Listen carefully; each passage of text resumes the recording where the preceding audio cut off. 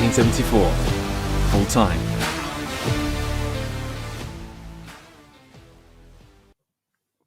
Hello, welcome to 1874 Full Time. I'm your host, Dan Bardell, joined by Jacob Tanswell from The Athletic to look back on Aston Villa 1, Manchester City 0. Unbelievable night under the lights at Villa Park. This show is sponsored by NordVPN, and we'll hear a little bit more about what they have to offer later on in the show.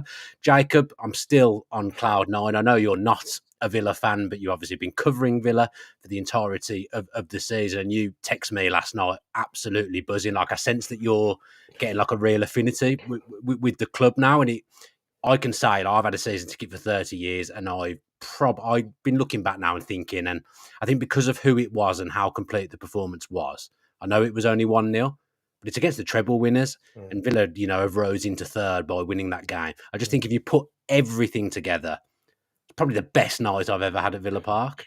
But how was it for you? To be honest, Dan, I'm still buzzing. I was up till 2 or 3 in the morning writing, and I woke up about 7:30. I barely really slept, but I just feel today I was sort of spring in my step. Like, even at the game yesterday, I could not believe what I was watching. I just couldn't believe the quality of Villa. It just felt like football was on a different level last night. I was, even in game, I was texting loved ones and friends saying, "Are you watching Villa and Man City?" They're Southampton fans, they're Man United fans. I was like, "You have to watch this game." I couldn't believe it. And at full time, towards the end, I was just really hoping that Villa kept that 1-0 lead. And when they did, I had a buzz. So I can only imagine how you felt there, sat in the whole end. An incredible night. You got the sense when you got there that there might be something special about to happen. I know me personally, I've been looking forward to these next two, the Man City game and the Arsenal game, for weeks and weeks, knowing just that we're a really good side, we're really good at home, and wanting to see us take on like elite opposition, because probably within the run of games that Villa have had at home, and obviously they keep churning out results, they've probably not played anyone of the highest standard, like the highest level that the Premier League has to offer. And I knew these next few games that we'd get to see that. Yeah. I thought we had a great chance of getting a result. I felt like it was a decent time to play Man City with players missing. And, they did have players missing, but it's still 11 world-class players on that pitch against Villa.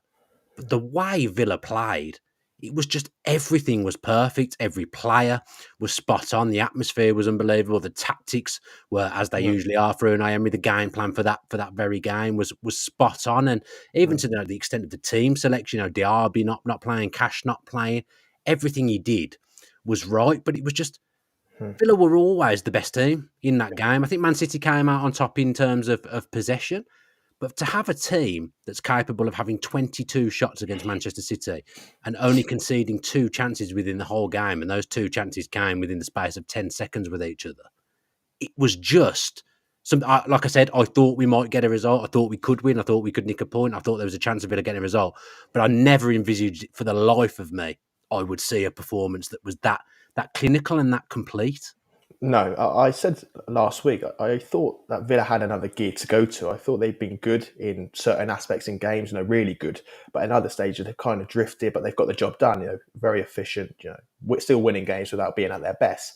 Where yesterday, people were up to labour, it's a cliche, but it was the complete performance. Everything, went to plan. I think they had a 2-minute spell, 3-minute spell, maybe City, a 10th or 11th minute where Haaland forced a double save, and you thought, oh, here we go. Man City are going to start cranking it up now. They're going to start slowly, methodically breaking down Villa. But Villa were just relentless. And I sensed something was different in Unai Emery on Tuesday at the press conference. Usually he's, he likes to talk. He's very good with the press, but he doesn't really give much away, or he's quite an earnest speaker. Where when the cameras went off for the written section, once Sky Sports and West Midlands Radio had their go, he was excellent. He was recalling the first time he met Guardiola, played Guardiola, taking the mick out of himself in terms of never winning against him. And he gave a few clues of what he was going to do. He said, there's no point of us just waiting to die, waiting just to sit back on, because eventually City will get us regardless of who they play in midfield. We had to be the protagonists. So he said, we worked on, and this was before the game, he was telling you, we worked on when we do win the ball, I don't want us to play on a counter like maybe Wolves did when they got when they beat Man City, or ordinarily any team would do.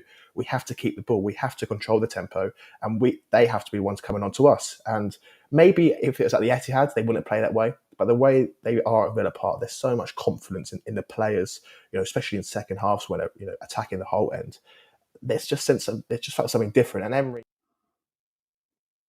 when he plays against these top managers, Guardiola, Klopp, even Ange Postecoglou, he said after the Tottenham game, he couldn't believe the type of things that Postecoglou was introducing, and he was so up for it. He had been analysing Tottenham 3 or 4 weeks in advance before the game, because he just loved the way the fullbacks played and the inverted nature of them. So I think everything just went to plan, and these type of nights is where Emery feels he belongs and where he wants Aston Villa to belong, and that was the perfect demonstration. In the chat, and thank you to everyone that's joined us live tonight. It's from Roderick Cook. He says, I'm nearly 70, been through all the highs and lows. I've seen great Villa sides with great players. We've never ever played like that in my lifetime. Superb. I think that sums it up, really, doesn't it? To be 17, Roderick would have seen a lot, really. He'll seen Villa win pretty much everything.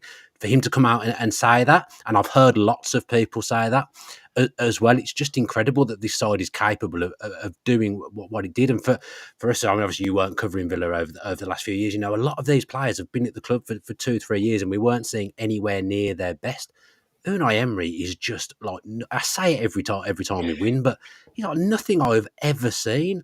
I can't understand how he's doing this. What he's doing, it doesn't make sense to me. I don't think it's normal what Unai Emery has done to this football club. He has just completely transformed it, and just the pressing last night. Midfield, McGinn, Kamara, Louise. I thought Kamara was absolutely unbelievable. I thought it was probably his best game in a Villa shirt. McGinn from minute one, winning the ball back high. And that was the thing. Villa won the ball back, I think, high 13 times in that game. That's never happened to a Pep side before. So that tells you how good we were at the press, and how like militant it was, and how precise and it was from Unai Emery and the way he'd set the team up. But when McGinn is on it, which I felt he was from minute one, just good at everything last night. It feels like Villa always play well as well, and I think that was the case last night. Kind of like the captain set the tone, and people might laugh at what I'm about to say, but I genuinely am starting to think it's true. I'm not saying he's the same type of footballer as Jack Grealish, but I think he's becoming that important in that, how he plays. If he is completely on it and he gives himself a 9 out of 10 game, a 10 out of 10 game, he elevates everyone around him, and everyone else reaches those levels as well. And that was what I felt happened last night from minute one. McGinn was bang in there, doing everything that you'd want him to do, showing his unique skill set, and he kind of carried everyone else with him. Was so important as well last night. He's always very important. He always drives the team forward with the way he carries the ball and things like that. But it was so important because Villa played 4 centre midfielders. They had to lock on man for man. And in the first few minutes, I don't know how many times McGinn stole in. He made Rico Lewis, who's an outstanding young player. He made it, yeah, but he made him look his age, didn't he? He just bullied him, and he was winning these 50-50s, winning duels.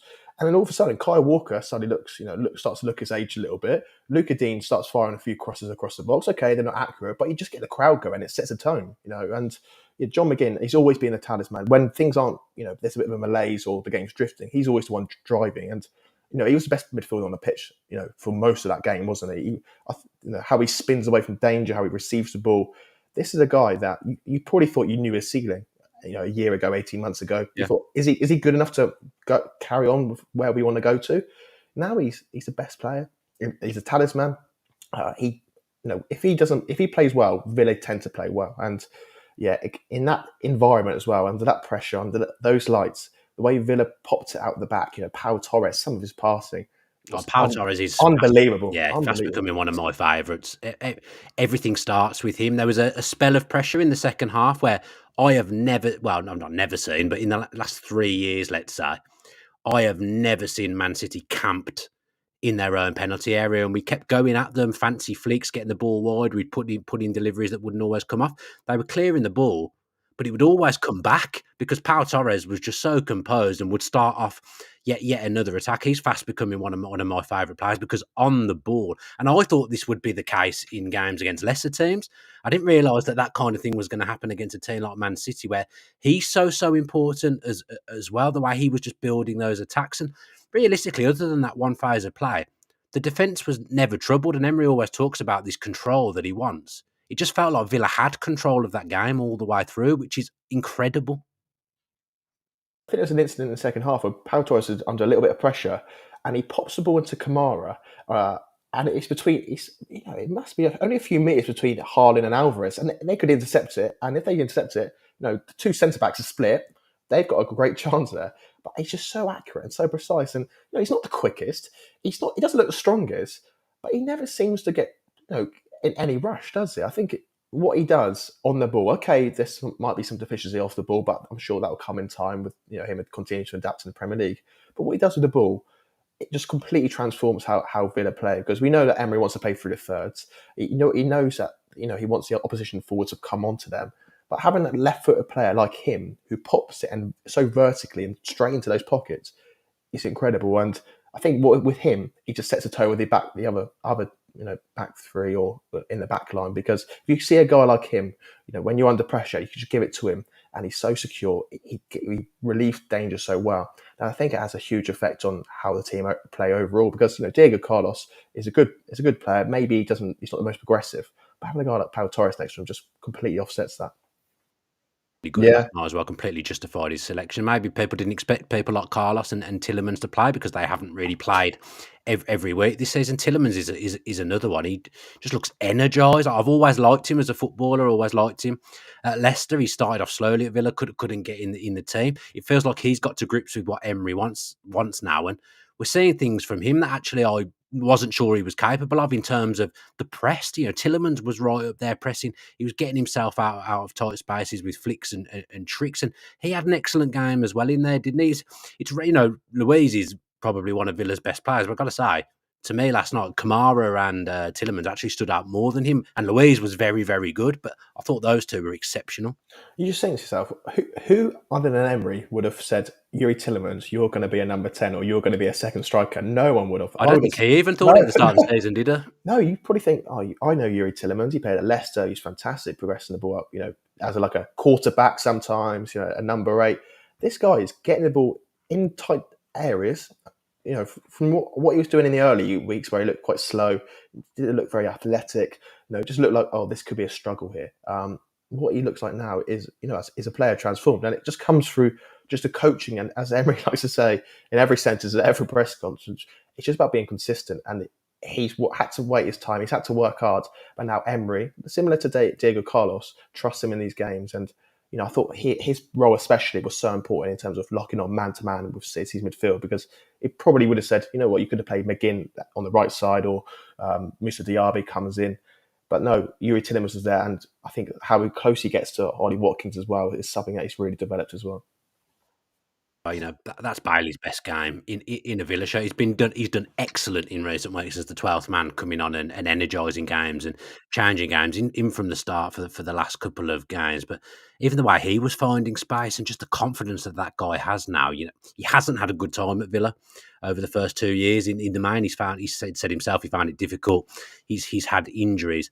Last night could be the complete making of him as well, because how much confidence must he take away? Because every time he got the ball, Man City was scared, and it accumulated in the goal, which he fully deserved. He got a bit lucky with the deflection, but he deserved that look because he'd had good efforts throughout that game, really. And Villa played quite a lot of second man run balls where he kind of looked as if we were trying to play it to Watkins. And on Match of the Day, they kind of said it. Jonathan Pearce said that first chance he didn't mean to play that to Watkins. He meant to play it for Bailey. I actually think he did mean to play it for Bailey, and those second man runs, that's something that Jacob Ramsey's normally very good at for Villa, and obviously he hasn't been in the team, but McGinn was doing it last night, Bailey was doing it very good, and Watkins sets the tone really with the way he works up top, and he wasn't heavily involved last night, but he still just offers so much. But that's Leon Bailey's best game in an Aston Villa shirt, and hopefully his injury isn't too bad and he'll be available at the weekend, because when Leon Bailey's full of confidence, he's a very, very good player. For the last 2 months, maybe on his childhood, he's got an unbelievable childhood that I think's been tapped into. But some of the things I've learned are incredible. And I asked Emery on Tuesday about Leon Bailey, and he never really speaks about players separately. He went on for 3.5-4 minutes about Leon Bailey, and he said this season how consistent he is in terms of his attitude and his behaviour. He said, I sometimes look at him, especially playing at Villa Park, and think, wow, what a player. And, the reason why he went for Leon Bailey yesterday is because he felt, over Moussa Diaby, is that he felt he was being more defensively responsible. And I think you probably saw the difference between the Bournemouth game, going backwards, Bournemouth game and this game. Konsa was unbelievable, but at the same time, he had a little bit more protection going backwards.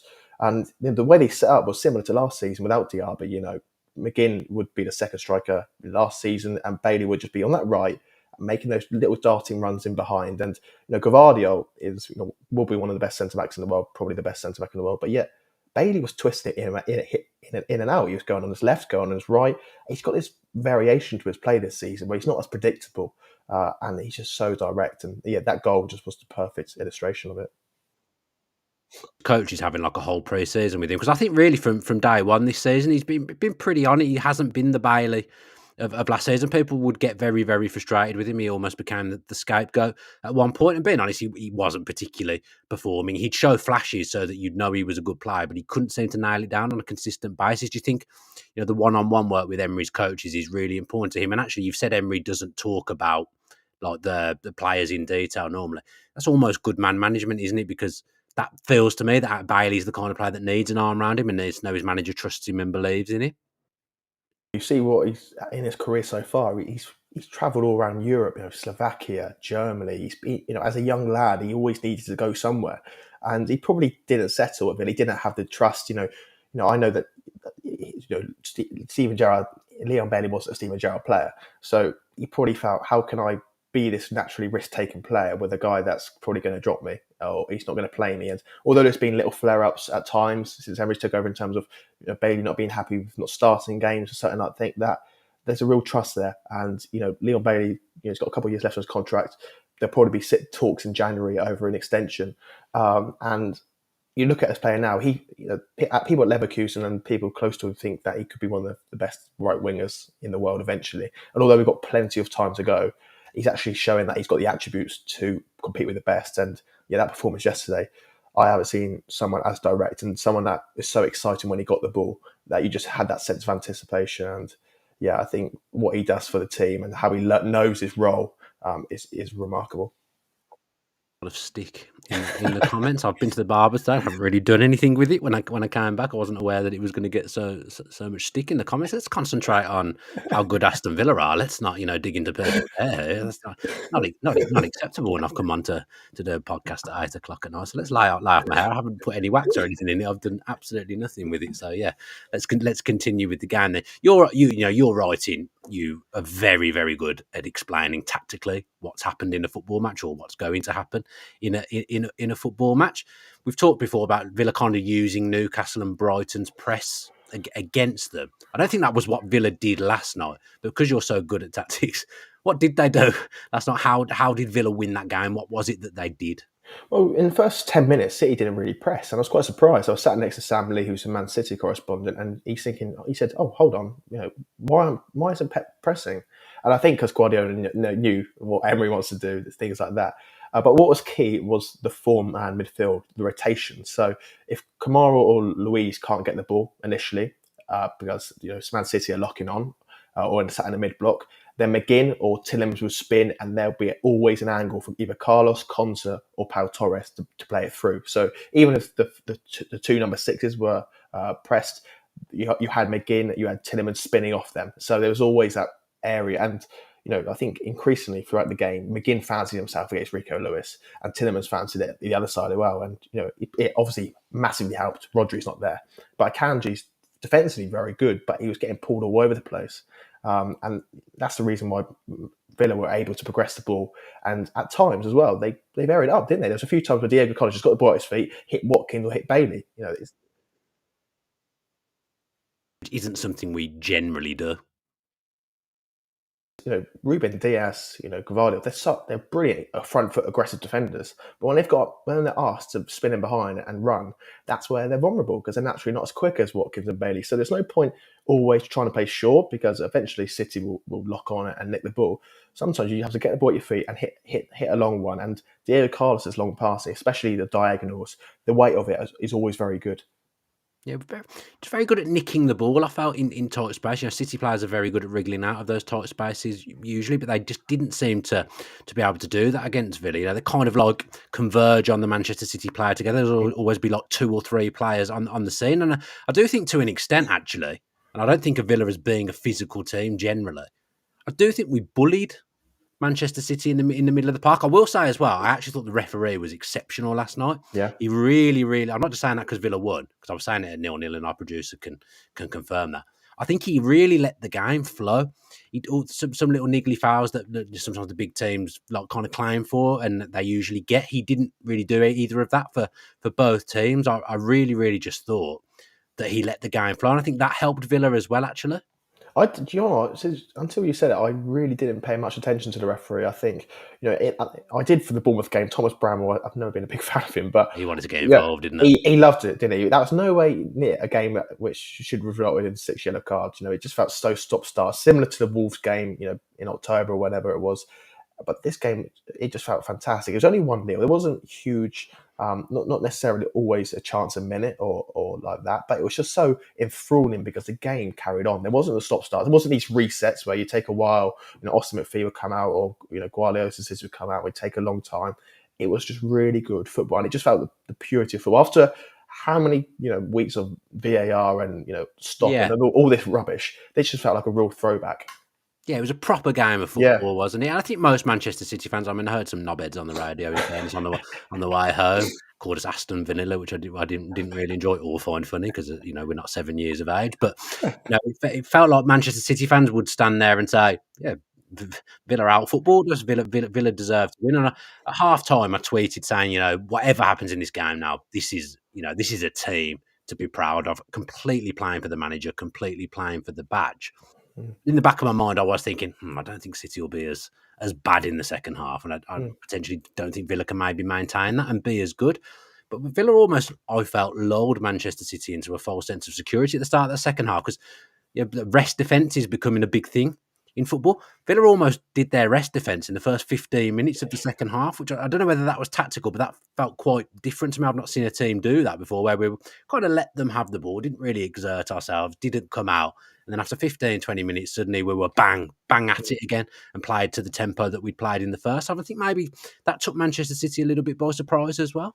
Yeah, you never see Villa at one pace, do you? I think the way they go through the gears is fantastic, but Villa have got a history for this. You saw the Fulham game. Okay, they weren't great second half, but there was obviously a conscious effort to say, right, we've done the job essentially in the first half.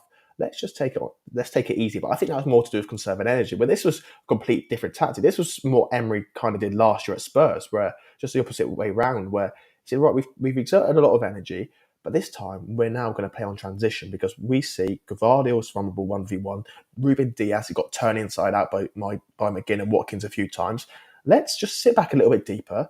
Let's be compact. They haven't got, Bernardo Silva centrally. They've got Kevin De Bruyne. They've got Akanji Stones and Rico Lewis. They're probably not going to, open the door. And it's 3 defenders, isn't it? Essentially? Exactly. But also Guardiola wants control. So he wants control by keeping the ball. He's not going to ask one of his players to take a risk by trying to play it through them. He's going to try and just go out wide and come back. The type of thing that they tend to do in the last couple of years. But I thought that's how the pattern of the game would carry on. I thought maybe Villa might get a few chances on the counter or on transition. But, what was it, 55, 60 minutes? All of a sudden, they just flipped the switch and they just went and went and went. And even once they created a chance, they carried on. There was those, do you remember that 2 scuffed clearances inside Man City's own box from a corner where they were just booting the ball up in the air? You're saying this is just, you just see there's panic stations, and it just showed that Villa were just all over them. It's the first time what it feels like in ages when I've watched Manchester City, I felt like Kyle Walker looked uncomfortable. Yeah. And this is against Luka Dean, who is not the quickest, but I've got to hold my hands up about Luka Dean. So I was critical about him at the start of the season and his back post defending, but we haven't had any issues with that for weeks and weeks and weeks now. He's going forward. He's very different to Moreno, but I'm starting to think now, actually, how does Moreno get his shirt back? Whereas before I would have said Moreno, the better of the 2 left backs. Let's get him in the team ASAP. I think Luka Dean, Emery seems to have got him now to kind of love defending, which I think again tells you what a good coach Emery is. We'll do 5 more minutes, Jacob, because obviously we want to talk about Villa Bears and Manchester City for as long as possible. But we'll get back into it. But we do need to hear about our sponsors, NordVPN, very quickly. If you guys are getting fed up with missing live football, then our new show sponsor NordVPN might be able to help you out. NordVPN is a secure and private service which works on pretty much any device, including your laptop, mobile, and smart TV. If you want to watch, let's say, some US content, it allows you to appear like you're in that country. And while you're connected, no one can find out what you're doing, including your internet service provider. The service also has threat protection baked in to protect you from intrusive website ads and malware, which is pretty dab handy. A part of NordVPN supporting 1874, the Aston Villa channel, they have given us an exclusive deal of up to 65% off and 4 months for free, which also includes Nord's 30-day money-back guarantee. All you have to do is go to www.1874.io/NordVPN and sign up. All the details will also be in the description. And as always, we are truly grateful to anyone that signs up. We know that money is tight. But if you think NordVPN will help you out, it will also help us to keep the channel running.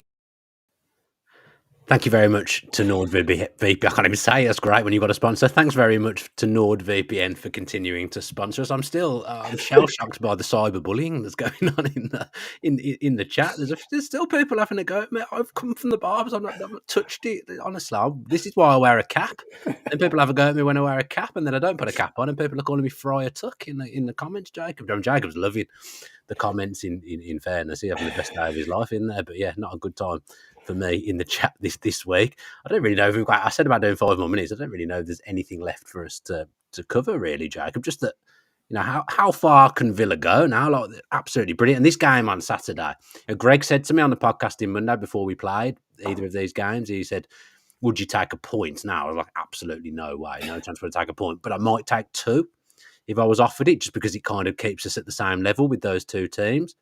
But now I'm thinking, I actually feel like Villa can get 6 points there. Yeah, I was quite pleased Arsenal won. It kind of makes me feel, if they'd have lost, I would have thought, I can't see them losing 2 in a row. But the fact that they won, Villa have got a real chance here, and it just feels so bizarre that the last time Villa dropped any kind of pointage at home and lost to Arsenal 4-2, that was the last time, February the 17th, I think it was, 2023. The last time Villa dropped any points at home. It's staggering. That was the game that Emery alluded to yesterday, kind of killed the mood. But everyone was talking about title credentials after Guardiola said it, and he was just like, I just remember the game against Arsenal. I just said, come on, Unai, just talk about the wins. I think Villa can go and win that. What other time are you going to have the opportunity to go 15 wins, straight wins in a row, break all the records? That's 15 wins in a row in the Premier League at home is staggering. It's evening kickoff under the lights at Villa Park. Villa Park's going to be roaring. You heard the kickoff on Wednesday night how loud it was. It'll be louder on Saturday. It'll be louder. Yeah, I honestly think they can just go for it. You'll see Arteta where he'll try and inflame things and he'll be moaning as well. That's just going to get the crowd up. And if Villa can be as intense as they can, just really ruffle Arsenal, who are becoming increasingly boring to watch, I think they've got an unbelievable chance. I really do. I think of course they've got a good front three. JC's just going to try and drag, Torres and Konza in deeper and try and, Martinelli and Saka running behind. But I honestly feel like they can get at Arsenal's defence. I think Saliba's great, but, look at the fullbacks. You've seen they conceded a lot of goals. They conceded 3 at Luton. They were dodgy on the week on the weekend hard work as well. Yeah, I really just feel like this is an unbelievable opportunity. It's probably once in a lifetime chance to break the record. And yeah, I don't think they'll leave any stone unturned. Unai Emery's half of his and his team have been analysing Arsenal for the last couple of weeks. So yeah, they're ready for it. Yeah, Rachel Insul Lewis is saying in the comments that Arteta's in the stands. Yes, this one, so he won't even be on the touchline. Well, another one of his bans, yeah. Yeah, I mean, he must have had this. Must be a second ban already, mustn't it? It has to. They get 3 yellows. They get like 3 yellows, and then they're in the stands. Is it? Has he not got in trouble again for Luton as well? So I think he's going to be rolling on another ban after that. But well, it's good that he's not there, because I do actually think he has an impact on his players from the touchline. I wouldn't say that about many managers. It would, obviously, if Emery wasn't there, it would have a huge impact on Villa. I think so. I think him not to be there, that does play a part in the game, because he's like Emery up the whole time, giving every minute little instruction for the whole game. I think Emery, Pep, and Arteta are probably the 3 most intense managers on the touchline. So I do think him not being there could have an impact. And it's just it's going to be a great occasion. It's not a great advertisement for football fans here, but the fact it's a 5:30 kickoff, it's going to be dark, so it's going to be under the lights. Villa fans would have been in the pub all day.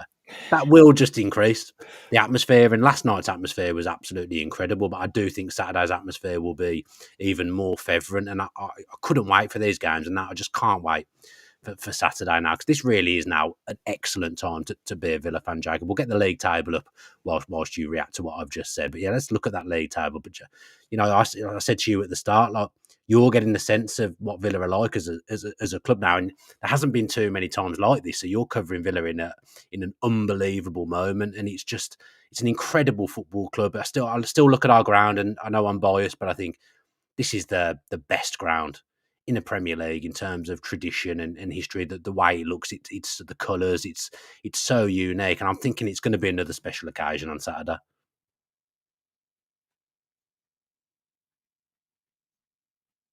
I just love everything about that. I think I love the view. I love the tradition. Okay, there's a few issues with the transport networks and getting out of the ground, but being in there when Villa are popping it like they were second half against Man City, I don't think there's anything better. But I do feel they can go out and win. I think Emery wants control, but I do feel there could be a little bit more chaos in this game. Arsenal are going to want control. If Villa can really go for their throats, press them high, McGinn at it, even Moussa Diaby might be coming back in for that stretch. I think he'll play, yeah. Stretching Gabriel in behind, or whoever plays left back, Kiel or Zinchenko. I think there's a really good opportunity. And you think if Villa go, start fast like they tend to do in every home game, then imagine what the atmosphere is going to be like. And this is an unbelievable opportunity. I know they're trying to break the record, but there's no pressure. They've got the 3 points against Man City. They're in an unbelievable position anyway. Absolutely just leave nothing out there. It's going to be what an evening. And yeah, it's going to be hopefully how to scale to hellish type of game. Yeah, I'm so excited, and you've just made me even more excited for it. Jacob, I think that does us for this show. We had to hop on and do a show about this game individually because it was just an incredible night at Villa Park. It really, really was, and hopefully another incredible night to come on Saturday. Hopefully this show's whetted your appetite as well. Dave Reid and myself will be on in the morning to do a preview around Aston Villa against Arsenal specifically. So yeah, tune in for that if you fancy it in the morning and you're not at work, or you are at work, just tune in wherever you are. Thanks to everyone that's joined us on the chat, not to the people that have given me cyberbullying in the comments. We don't thank you at all for the hair abuse. And yeah, just to enjoy being a Villa fan, everyone, because I've been going for a long time now, and I've not known a time like this. We've had times where we've had good teams, but I don't think we've had a time like this. And I really think Villa are going to be on the verge of something really, really special for the next few years. And I just hope we can win a trophy, qualify for the Champions League, and the Villa fans get what they deserve, because there has been some terrible times over the last 10, 15 years, and now it feels like all that pain was worth it for where we are now, and the manager that we have. Get him up to a lifetime contract. I think the football club players needs a new lifetime contract immediately. Again, thank you to everyone that's joined us live. Thank you to Jacob for joining me, and thanks to Lee for producing. Have a good rest of the evening, and up the Villa. What a club.